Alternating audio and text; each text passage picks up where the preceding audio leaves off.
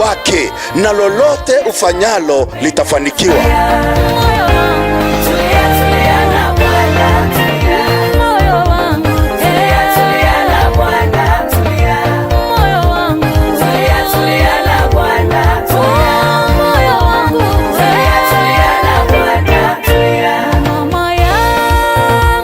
Nakaribisha katika kipindi chetu cha siri ya msamaha wa dhambi, ukiletwa na Pastor Ibrahim kutoka kanisa ya Resistance of God Ministry hapa Lare. Tukaribishe mtazamaji wetu kwa makofi, sangwe na vigelegele. Nashukuru Mungu kwa nafasi hii amenijalia mara tena ili mpendwa tuweze kukutana katika studio hii. Ni mengi tumejifundisha tangia tuanze kipindi. Naamini ya kwamba tuko na miaka zaidi ya 8 bando kipindi zetu kikienda hewani na kikifikia watu wengi, na naamini ya kwamba kuna watu wengi wamepokea msamaha wa dhambi, kuna watu wengi wamesaliwa mara ya pili kupitia hiki kipindi. Na kupitia hiki kipindi kinaitwa siri ya msamaha wa dhambi kwa sababu ni siri ambayo imefisika. Dini nyingi na makanisa mengi hawajui siri hiyo, na ndio wanaishi kulia kwa sababu ya dhambi zao, wanaishi kujiona wao ni wenye dhambi, na ilhali Yesu Kristo alisaliwa ili awaokoe kutokana na dhambi, lakini bado wanajihisi wao ni wenye dhambi. Kwa nini wanajihisi wao wenye dhambi? Ni kwa sababu hawasomi Biblia. Wakristo wengi wamekuwa wadhaifu. Shetani amewapatia moyo wa kutokusoma Biblia, na hata wakisoma Biblia wanasoma Biblia vibaya. Hawasomi Biblia na moyo wa Mungu, bado wanasoma na moyo wa Shetani. Kuna kusoma Biblia na moyo wa Mungu na kuna kusoma Biblia na moyo wa Shetani. Mwenye dhambi akisoma Biblia asomi na moyo wa Mungu. Mwenye haki akisoma Biblia anasoma na moyo wa Mungu. Na ndio unaona wenye dhambi wanaposoma Biblia wanatafuta mahali ambapo Biblia inazungumzia dhambi, na wanatafuta mistari ambayo inasema wao ni wenye dhambi. Na wanapotafuta mistari ambayo inasema wao ni wenye dhambi, kutoka hapo wanaanza kujitakaza. Kazi ya kwanza ambayo Shetani anafanya katika mioyo ya wanadamu ni kuwapatia moyo wa kujitakaza. Na kazi ambayo Mungu anafanya ndani ya moyo wa mwenye haki ni kazi ya kwamba umetakazwa. Na tunapoamini na kusoma Biblia, tunapoangalia kitabu cha Mathayo sura ya 1 mstari wa 21, maandiko inasema atasaliwa mwana, jina lake ataitwa Yesu, ndiye atakayeokoa watu wake na dhambi zao. Kusudi la Yesu kusaliwa, mpendwa mtazamaji, ni ili atuokoe kutokana na dhambi. Lakini mbona watu wengi wanaishi maisha ya wenye dhambi na bado wanamwamini Yesu Kristo? Watu wengi wanaamini Yesu Kristo, na wanapomwamini Yesu Kristo bado wana hukumu ya dhambi ndani ya mioyo yao, kwa sababu wanaamini Yesu wakiwa katika njia yao, wanaamini Yesu wakiwa katika mawazo yao.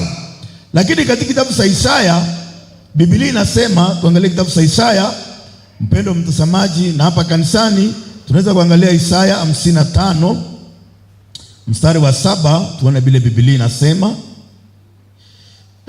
Biblia inasema, na inasema mtu mbaya aase njia yake, na mtu asiye haki aase mawazo yake, amrudie Bwana naye atamrehemu, arejee kwa Mungu wetu naye atamsamehe. Ili tuweze kupata msamaha wa dhambi, tunafaa kufanya nini? Hili ndio jambo watu wengi hawaelewi. Ndio jambo hili watu wengi hawaelewi, ndio wanaishi maisha ya wenye dhambi, kwa sababu hawaelewi wafanye nini ili waweze kupata msamaha wa dhambi. Lakini Biblia inatuongoza vizuri. Biblia inatuongoza inasema mtu mbaya aase njia yake. Wakati mwanadamu alifanyika mwenye dhambi, alitoka katika njia ya Mungu, na alipotoka katika njia ya Mungu akaingia katika njia yake. Na katika njia ya mwanadamu, bila Biblia inaeleza kuhusu njia ya mwanadamu, tuangalie kitabu cha Mithali, tuone njia ya mwanadamu ambao Mungu anatuambia tutoke katika njia hiyo. Tuangalie kitabu cha Mithali 16 mstari wa 25. Iko njia ionekanao kuwa sawa machoni pa mtu, lakini mwisho wa njia hiyo ni mauti. Iko njia ionekanao sawa machoni pa mtu, lakini mwisho wa njia hiyo ni mauti. Kwa hivyo kuna njia mwanadamu anaona iko sawa, kuna njia ambayo mwanadamu anaona iko sawa, lakini mwisho wa njia hiyo ni mauti. Na ndio maandiko inasema njia, nataka uangalie hapo katika kitabu cha Mithali 12 mstari wa 15. njia ya mpumbavu imenyoka machoni pake mwenyewe, bali yeye aliye na hekima husikiza shauri. Njia ya mpumbavu imenyoka machoni pake mwenyewe. Wakati uko na dhambi ndani ya moyo, wewe ni mpumbavu. Na ukisoma bila Yesu aliongea kuhusu moyo wa mwanadamu katika kitabu cha Marko 7:21, alisema ndani ya moyo watu hutoa mawazo mabaya, uasherati, wivu, uwaji, ukorofi, ila, kijiso na matukano na upumbavu. Hayo yote yaliyo maovu yatoka ndani, nayo yatia mtu unajisi. Hayo ndio mambo yanatoka ndani ya moyo wa mwanadamu, na unaona upumbavu hapo. Na ndio maandiko inasema njia ya mpumbavu imenyoka machoni pake mwenyewe. Na Mungu anataka kutoka katika upumbavu. Ndio Mungu anatuambia tutoke katika njia yetu, kwa sababu njia yetu ni ya ujinga, njia yetu ni ya upumbavu, na njia hii imenyoka machoni petu. Na Mungu anataka utoke katika hiyo njia ili uweze kupata msamaha wa dhambi, kwa sababu huwezi kupata msamaha wa dhambi bado uko katika njia yako. Huwezi kupata msamaha wa dhambi bado uko katika mawazo yako. Kuna mawazo ya mwanadamu na kuna vile mwanadamu anawaza, kuna vile mwanadamu anafikiria. Mwanadamu anafikiria kuna njia anaweza tumia na akapata msamaha wa dhambi. Ndiona dini imetengeneza njia nyingi sana kwa sababu ya kutafuta msamaha wa dhambi. Wanalia masozi, wengine wanatengeneza mafuta. Haleluya. Nataka uone vile waumini wamedanganywa na vile mmefuata njia si ya kweli. Mchungaji ako na security, wakati anapohubiri anaweka security watu 3 ama 4 ili wamlinde anapohubiri. Lakini yeye anakuja na kasupa ya mafuta, anakuambia hii ukinunua hii itakuwa security yako. Kama kiukweli anaamini mafuta ni security, mbona awe na security ya kumlinda? Hiyo ndio swali ujiulize. Kama huyu anamwamini Mungu anamlinda, mbona asague wanadamu ambao wanamlinda? Hiyo ni jambo la kwanza la kuuliza. Lakini yeye anakuja na supa ya mafuta, anakuambia hii itakulinda. Na wewe kwa sababu ya ujinga na kutokufahamu na kutokuelewa, unasukua ile supa ya mafuta. Kila asubuhi unazunguka nyumba yako, kila jioni unazunguka gasi yako, ukifikiria hii itakulinda. Kama ingekuwa ya ulinzi, hiyo ndio mchungaji angetumia kujilinda, si ati kwamba atafuta security ya kumlinda. Hii ni njia ya mwanadamu, na wewe kwa sababu umepatana na mjinga mpumbavu mwingine, na wewe unazidi kufuata huo upumbavu wake. Upumbavu wake unakukoni pesa, na wewe ukifikiria uko katika njia iliyo sawa. Ndio unaona injili hii imejifisa na Mungu anaifunua kwako. Na maandiko inasema njia ya mpumbavu imenyoka machoni pake. Njia ya upumbavu imenyoka machoni pao, si machoni pa Mungu. Na Mungu na yeye anakusii utoke katika hiyo njia. Na Mithali 16:25 inasema iko njia ionekanayo sawa machoni pa mtu, lakini mwisho wa njia hiyo ni mauti.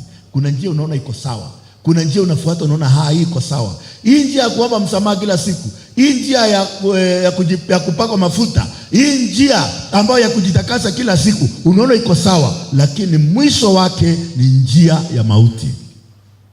Naye Mungu kwa upendo, kwa sababu Mungu ametupenda, ametuandalia njia ambayo ni Yesu Kristo.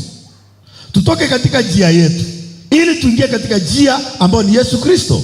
Na maandiko inasema Yesu akasema katika kitabu cha Yohana 14:6, akasema mimi ndimi njia, kweli na uzima, mtu haji kwa Baba ila kwa njia ya mimi. Unataka kwenda kwa Baba lakini uko kwa njia yako.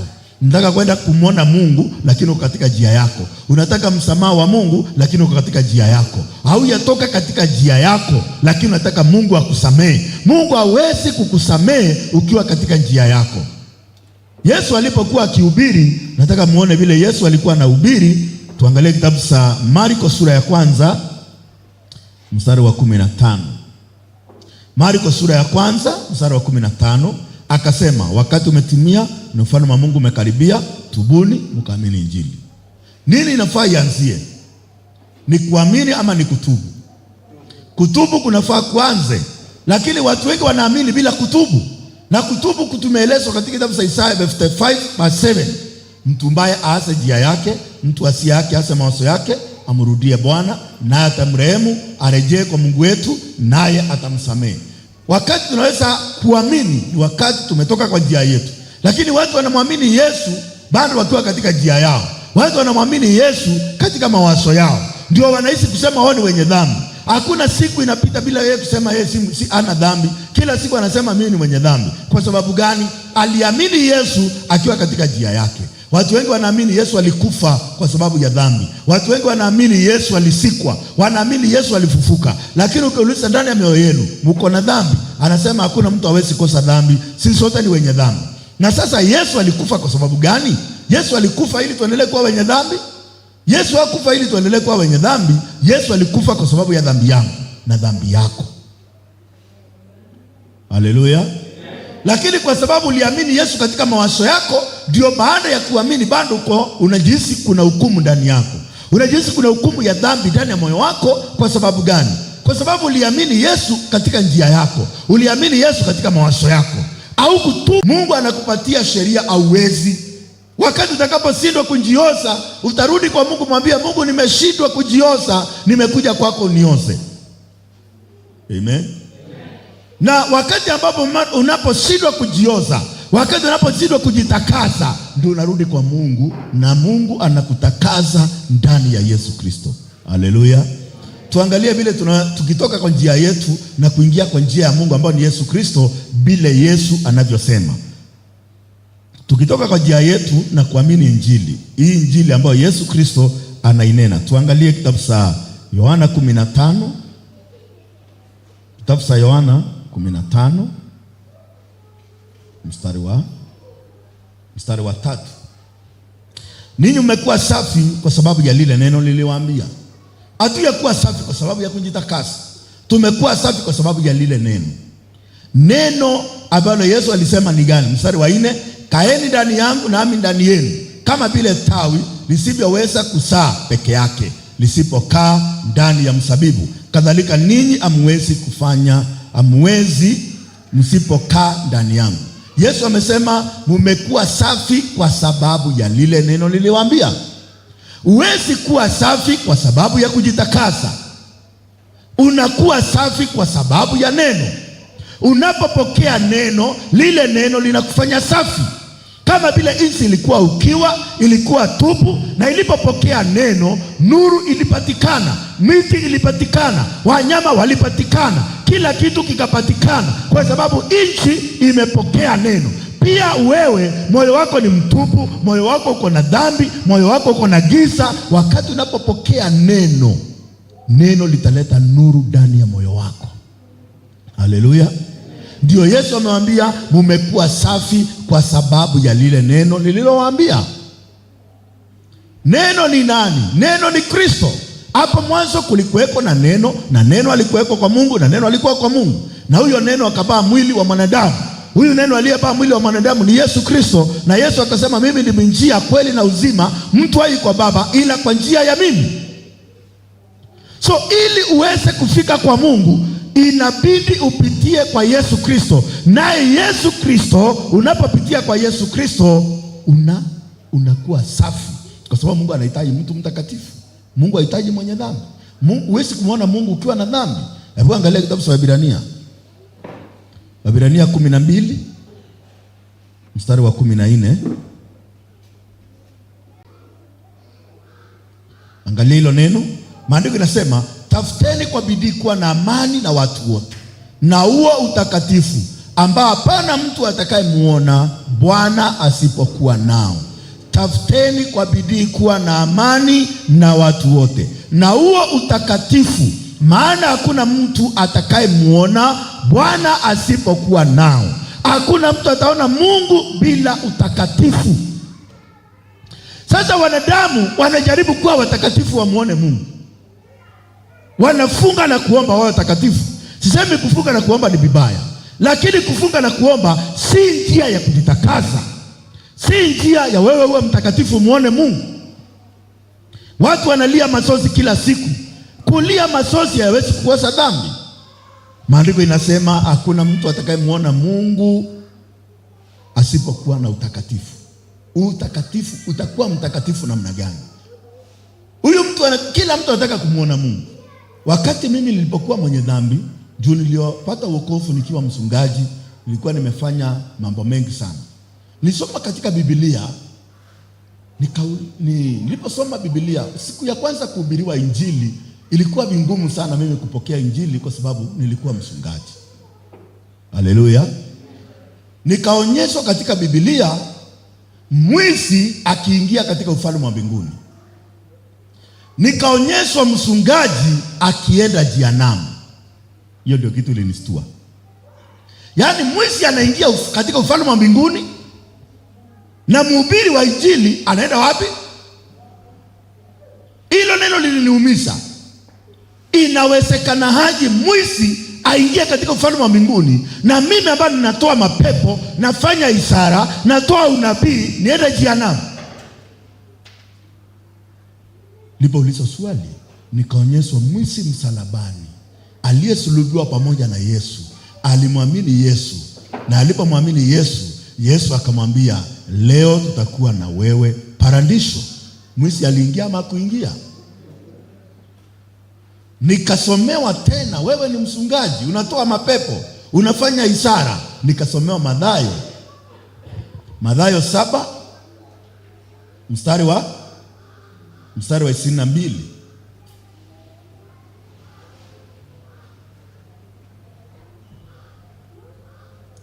Mathayo ni 7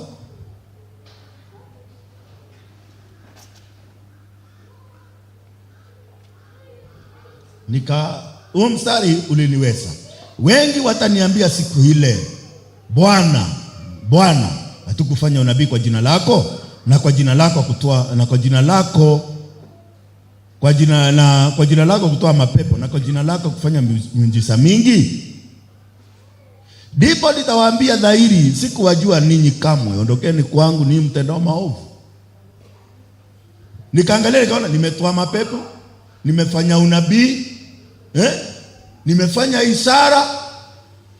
nimefanya mambo hayo yote. Mwishowe Yesu atasema ananijua ama anijui? Hapo ndio niliangalia nikaona kumbe wachungaji wanaenda jehanamu. Kumbe wezi wanaingia katika ufalme wa mbinguni.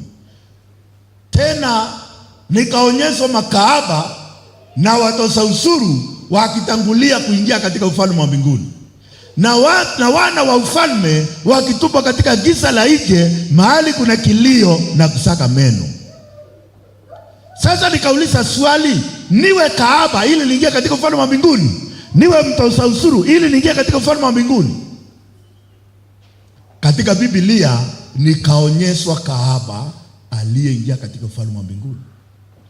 Mwanamke Msamaria alikuwa na waume 5 na yule alikuwa na yeye 6, si wake. Huyo ni kahaba. Mariamu Magdalene, Mariamu aliyepaka Yesu marahamu, alikuwa kahaba. Alipata msamaha ama kupata msamaha wa dhambi. Zakayo alikuwa mtoza ushuru, alipokutana na Yesu alipata wokovu ama kupata wokovu? Wana wa ufalme wanapinga mwenye kupeana msamaha wa dhambi, kwa sababu watu wanatafuta Mungu katika njia yao.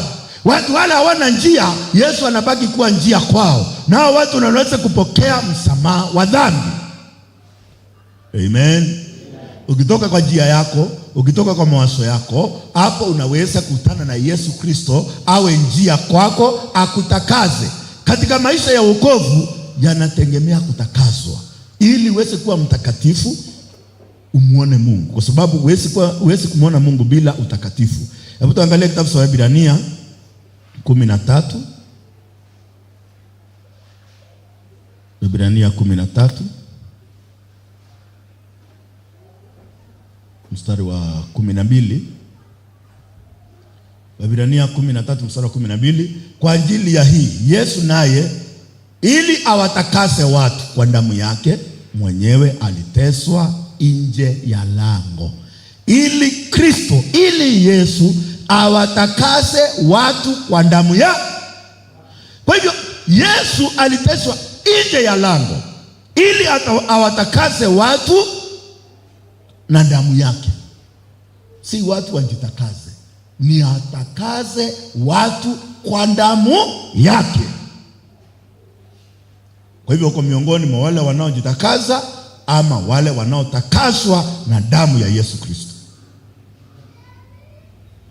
Ukiwa katika njia yako, ukiwa katika mawazo yako, ni vingumu kupatana na damu ya Yesu Kristo ikutakaze. Jambo la kwanza ni utoke kwa njia yako, utoke kwa mawazo yako, ili ukutane na damu ya Yesu Kristo ikutakase dhambi zako.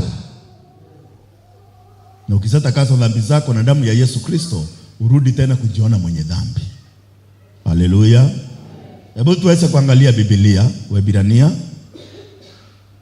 ni 10 mstari wa 10. Katika mapenzi hayo mmepata utakaso kwa kutolewa mwili wa Yesu Kristo mara moja tu. Katika mapenzi hayo mmepata utakaso. Lakini mawazo yako kinyume na hili neno. Mawazo ni sumu. Mawazo ni la kusumbua. Mawazo yameweka block usiweze kupokea neno la Mungu, uone bila Yesu Kristo alivyokutakasa. Maandiko yanasema katika mapenzi hayo mmepata utakaso kwa kutolewa mwili wa Yesu Kristo mara moja tu. Amen. Lakini kwa sababu umesikilia mawazo yako, unaanza kusema mimi si mtakatifu, mimi ni mwenye dhambi. Kiukweli, kulingana na mwanadamu, kila mwanadamu ni mwenye dhambi. Lakini unapokutana na Yesu Kristo, hapo ndio Yesu Kristo anakutakasa na damu yake, na unakuwa mtakatifu. Kwa wanadamu haiwezekani. Yale yasiyowezekana kwa wanadamu, kwa Mungu yanawezekana. Kwa wanadamu siwezi kuwa mtakatifu, kwa wanadamu siwezi kuwa mkamilifu, lakini kwa Mungu inawezekana. Unaamini hivyo? Mpendwa mtazamaji, unaamini kwa Mungu inawezekana? Kama inawezekana, basi unafaa useme mimi ni mtakatifu, na si hata kwamba nimejitakasa, nimetakaswa. Tuangalie mstari wa 14. Mstari wa 14, maana kwa toleo moja amewakamilisha hata milele hao wanaotakaswa. Kwa toleo moja amewakamilisha hata milele hao wanaotakaswa. Nilianzia kuambia vile Yesu alisema, mmekuwa safi kwa sababu ya lile neno nililowaambia, kaeni ndani yangu nami ndani yenu. Ukitaka kujua uko nje ama uko ndani, kama uko nje wewe ni mwenye dhambi, kama uko ndani wewe umetakaswa. Amen. Ukiwa nje ya Yesu Kristo wewe ni mwenye dhambi. Ukiwa ndani ya Yesu Kristo wewe umetakaswa, wewe ni mtakatifu. Na ndio Yesu alisema mmekuwa safi kwa sababu ya lile neno niliwaambia, kaeni ndani yangu nami ndani yenu. Yesu akaongea kile tutakasa ni neno. Yohana 17 mstari wa 17, uwatakase na kweli, neno lako ndilo kweli. Uwatakase na ile kweli, neno lako ndilo kweli. Nini natutakasa? Neno. Angalia kitabu cha Matendo ya Mitume 15 mstari wa 9. Maandiko inasema hakufanya tofauti kati ya sisi na wao, akasafisha mioyo yetu kwa imani. Baada ya kusikia neno, tunapokea neno kwa njia ya imani. Na tunapopokea neno kwa njia ya imani, neno ikiingia ndani ya moyo wetu ikiwa imani, ile imani inatutakasa. Warumi sura ya 10 mstari wa 17. Warumi 10 mstari wa 17. Imani huja kwa njia ya kusikia, na ni kusikia neno la Kristo. Tunaposikia neno la Kristo tunapata imani. Tunapopata imani, imani inatutakasa. Na kutoka hapo tunapotakazwa, tunakuwa wenye dhambi ama watakatifu? Tunakuwa watakatifu. Haleluya. Sasa mimi ni mtakatifu si kwa sababu nilijitakasa. Nimetakaswa. Kwa toleo moja amewakamilisha hata milele au wanaotakaswa. Nimekamilika hata milele kwa sababu nimetakaswa. Watu wengi wamekwama katika kitabu cha Warumi 3 mstari wa 23, wamekwama hapo. Wamekwama akisema tumetenda dhambi na kufungukiwa na utukufu wa Mungu. Ni kweli tumetenda dhambi. Ni kweli tumefanya uovu wa kila aina. Lakini baada ya kufanya uovu, Mungu anasemaje? mstari wa 24, kwa toleo inasema wamehesabiwa, wale waliotenda dhambi na kufungiwa utukufu wa Mungu wamehesabiwa haki bure kwa neema na ukombozi ulio katika Kristo Yesu. Mimi na asili yangu ni ya dhambi na siwezi nijitoa kwa dhambi. Ndio Yesu alikuja akiwa mtakatifu, akiwa mkamilifu ili aweze kunitoa katika dhambi. Tuseme kwa mfano, wewe ni tajiri, umepatwa na makosa, umewekwa gerezani. Pesa yako inaweza kukutoa? Unaweza jitoa gerezani? Utategemea mtu mwingine ili yule ako huru akutoe. Wewe uliingia katika gereza ya dhambi. Wewe mwenyewe huwezi jitoa katika hiyo gereza ya dhambi. Inategemea mwingine ako huru mbali na dhambi ili akutoe. Haleluya. Tuangalie kitabu cha Warumi. Mkiisha kuwekwa huru mbali, si kuwekwa huru kwa dhambi, ni kuwekwa huru mbali na dhambi na kuwa watumwa wa Mungu, munayo faida yenu ndio kutakaswa na mwisho wake ni uzima wa milele. Ukisha kuwekwa huru mbali na nini? Na dhambi, na kuwa mtumwa wa nani? Wa Mungu, unayo faida yako ni gani? Kutakaswa na mwisho wake ni uzima wa nini? Wa milele. Wale ambao wamewekwa huru mbali na dhambi na kuwa watumwa wa Mungu na kutakaswa wako na uzima wa milele. Ndini wanasuhudia nimeokoka na mpenda Yesu. Sasa swali ndio hii, unampenda Yesu ama Yesu anakupenda? Ukitaka kusikia wenye dhambi wakisuhudia, wanasuhudia nimeokoka na mpenda Yesu. Ukitaka kusikia ushuhuda wa wale waliookolewa, nimeokolewa, Yesu ananipenda. Jambo la pili, kujua mtu kama ameokolewa au la. Wanasema namna gani? Natarajia kupata uzima wa milele. Lakini yule ameshaokolewa na Yesu amekuwa mwokozi wa moyo wake, anasema namna gani?